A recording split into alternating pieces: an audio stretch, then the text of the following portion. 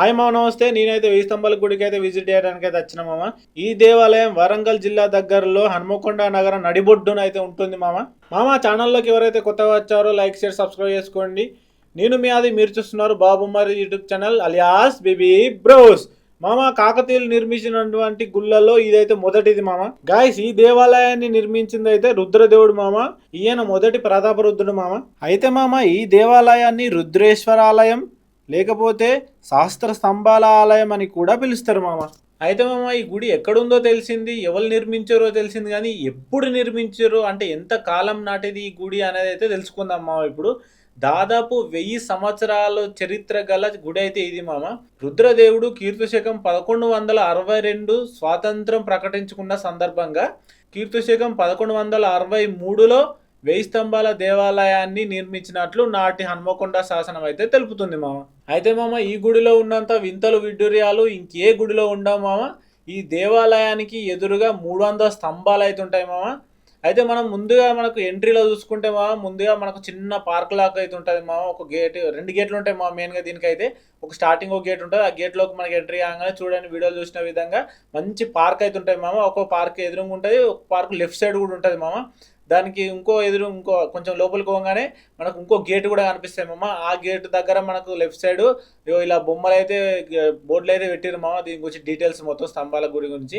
అయితే left side మనం చూసుకుంటే ఇక్కడ అంటే సెకండ్ గేట్లోకి ఎంట్రీ కాగానే లెఫ్ట్ సైడ్లో మనకు చిన్న కోనేరు లాగా ఉంటుంది మామ, అంటే గుండం లాగా.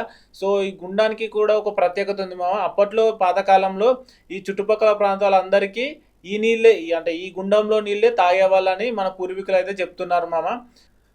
ఈ గుడి అయితే దాదాపు కూలిపోవడానికి దగ్గరలో ఉంది మామ. ఇది మన పూర్వీకులు మనకిచ్చిన ఒక సంపద లాంటిది మామ. మన గుడులను మనం కాపాడుకోవాలి మామ. ఇలాంటి చారిత్రాత్మక కట్టడాలను మనం రక్షించుకోవాలి మామ, మన బాధ్యత మామ ఇది. అయితే ఈ ఆలయం యొక్క ప్రత్యేకత ఏంటిదంటే, దేవాలయ గర్భగుడిలో శివుడు అంటే రుద్రదేవుడు, విష్ణువు అంటే వాసుదేవుడు, సూర్యదేవుళ్ళ విగ్రహాలు 3 దిక్కుల్లో దేవాలయాలను 3 నిర్మించారు మామ. అంటే దక్షిణ దిక్కు ఒక్క దిక్కు తప్పించి ఇంకా 3 దిక్కుల్లో మూడు దేవుళ్ళ విగ్రహాలని 3 దిక్కుల్లో అయితే నిర్మించారు మామ. ఇలా నిర్మించిన దేవాలయాలను త్రికుటాలయాలుగా పిలుస్తారు మామ. మన దక్షిణ భారతదేశంలో ఇలాంటి దేవాలయం ఇది ఒక్కటే ఉంది మామ. అయితే వీడియోని ఇంతవరకు ఎవరైతే లైక్ చేయలేదో, షేర్ చేయలేదో, అండ్ ఛానల్ని ఎవరైతే సబ్స్క్రైబ్ చేయలేదో సబ్స్క్రైబ్ చేసుకోండి మామ. మీ ఫ్రెండ్స్కి కూడా షేర్ చేయండి మామ. మన 1000 స్తంభాల గుడి చరిత్ర మీ ఫ్రెండ్స్కి కూడా తెలియాలని నేను కోరుకుంటున్నాను మామ.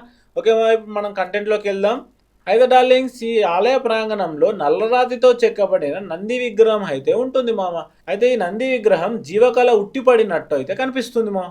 అయితే ఈ ఆలయ పీఠం కూడా నక్షత్రాకృతి త్రికుటాలయాల మధ్య సన్నని రాతి చెక్కడాలు కూడా ఉంటాయి మామ. మరియు వలయాకాల దర్పణంలా కనబడుతూ దానిపై పడిన సూర్యకాంతి గర్భగుడికి వెలుగునివ్వడం ఇక్కడి గుడి యొక్క ప్రత్యేకతగా చెప్పవచ్చు మామ. అయితే చాళుక్య శిల్ప కళారీతిలో నిర్మించబడిన ఈ ఆలయానికి ఈశాన్యంలో కోనేరు ఉంటుంది మామ. అలాగే తూర్పు ద్వారం కుడివైపున కాకతీయులు వేయించిన శిలాశాసనం కూడా ఉంటుంది మామ. కాకతీయుల కాలంలో ఈ దేవాలయం నుండి త్రవ్విన సొరంగం ద్వారా రామప్ప దేవాలయానికి, శ్రీ భద్రకాళి దేవాలయానికి మరియు జిల్లా వరంగల్కి వెళ్ళేవారని మన పూర్వీకులు అయితే చెప్పేవారు మామ. అయితే 1000 స్తంభాల గుడిని నిర్మించి దాదాపు 850 సంవత్సరాలు పూర్తయిన సందర్భంగా రాష్ట్ర ప్రభుత్వం 2013వ సంవత్సరంలో కాకతీయ ఉత్సవాలను కూడా నిర్మించింది మామ ఇక్కడ. అయితే ఈ గుడిని నిర్మించిన 600 సంవత్సరాల తరువాత ప్రతాపరుద్రుడు అనే రాజు ఇక్కడ ఉండేవాడు మామ. అయితే ఈ ప్రతాపరుద్రుడు రాజు మీదికి అల్లావుద్దీన్ ఖిల్జీ మహమ్మద్ అనే ఒక తురుకరాజు దాదాపు 6 సార్లు దండయాత్ర చేసినప్పుడు ఈ ప్రతాపరుద్రుడైతే 6 సార్లు గెలవడం అయితే జరిగింది మామ. 7వసారి అపరాత్రి వచ్చినప్పుడు ఇక్కడ రాజుని బందీగా చేశారు మామ. అయితే ఈ అల్లావుద్దీన్ ఖిల్జీ మహమ్మద్ అనే తుర్కరాజు అయితే ఉన్నాడుగా మామ. ఈ రాజు అయితే వైష్ణవ ద్వేషి మామ. దాదాపు 3000 గుడులను ధ్వంసం చేసిండు మామ. అందులో ఈ 1000 స్తంభాల గుడి కూడా ఒకటి మామ. మీరు వీడియోలో చూసుకున్నట్టయితే ఒక సైడ్కి అయితే విగ్రహాలు అయితే విరిగిపోయి అయితే ఉన్నాయి కదా మామ. అప్పుడు జరిగిన డ్యామేజ్ వల్లనే ఈ గుడిలో అయితే నాశనం అయితే చేసారు మామ.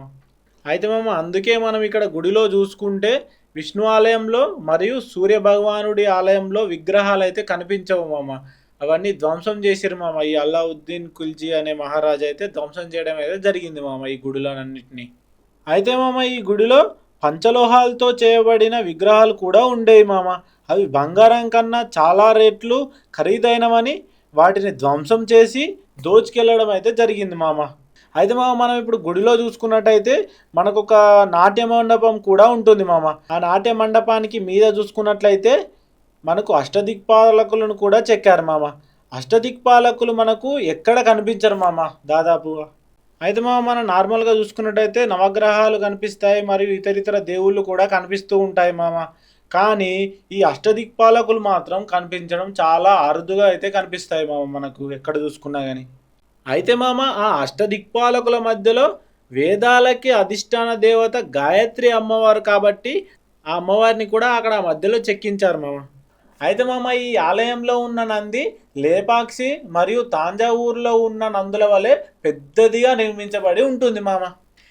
అయితే మామ కాకతీయుల కాలంలో నిర్మించినటువంటి త్రికుటాలయాలు ఇది ఒక్కటే కాదు మామ, ఇంకా చాలా ఉన్నాయి మామ. అవేమిటంటే పిల్లలమర్రి మరియు పాలంపేట మరియు పానగల్లులోని దేవాలయాలు కాకతీయుల కాలంలో నిర్మించారు మామ. అయితే మామ ఈ గుడిలో ఇంకో ప్రత్యేకత కూడా ఉంటుంది మామ. ఈ గుడిలో ఉన్న స్తంభాలకి చిన్న చిన్న సూదిదారం పట్టే అంత చిన్న చిన్న రంధ్రాలతో ఈ గుడిని అయితే అద్భుతంగా చెక్కారు మామ. అదే ఈ గుడికి అయితే ప్రత్యేకత మామ. అయితే మామ ఈ గుడి విజిట్ చేసినందుకు నాకైతే చాలా అంటే చాలా ఆనందంగా ఉంది మామ. ఎవరైతే ఇంతవరకు మన హన్మకొండలో ఉన్న ఈ 1000 స్తంభాల గుడికి ఇంతవరకు ఎవరైతే వెళ్ళలేదో వెళ్ళండి మామ. ఇలాంటి శిల్పకళ ఇలాంటి సంపద మనకి ఎక్కడ దొరకదు మామ. చూడండి మామ, మనం చూసుకుంటే పిల్లర్ల మీద ఎంత చక్కగా చెక్కిరో మామ. 1000 స్తంభాల నార్మల్ విషయం అయితే కాదు మామ, చాలా అద్భుతంగా అయితే చెక్కబడి ఉంది మామ. మన దగ్గరలో ఉన్న మా టెంపుల్స్ అయితే మనం ఖచ్చితంగా కాపాడుకోవాలి మామ. అయితే మామ ఈ గుడిలో రుద్రేశ్వరునికి నిత్య అభిషేకాలు కూడా జరుపుతారు మామ. మరియు సందర్భ సహితంగా కళ్యాణాలు కూడా చేస్తారు మామ. అంటే శివపార్వతులకు కళ్యాణాలు చేయడం కూడా జరుగుతుంది మామ. ఈ గుడికి ఎదురుగానైతే పెద్ద మండపం కూడా ఉంటుంది మామ. అందులో దాదాపు 300 స్తంభాలకు పైగా ఉంటాయి మామ. ఓకేనా మామ, ఈ వీడియోలో అయితే ఇంతే మామ. వీడియోని ఇంతవరకు ఎవరైతే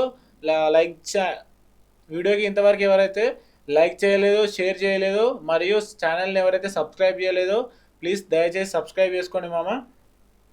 ఇలాంటి వీడియోస్ కోసం మన యూట్యూబ్ ఛానల్ అయితే సబ్స్క్రైబ్ చేసి అయితే పెట్టుకోండి మామ. బెల్ ఐకాన్ ప్రెస్ చేసి పెట్టుకోండి, ఎప్పటికప్పుడు మీకు నోటిఫికేషన్ అయితే వచ్చేలాగా.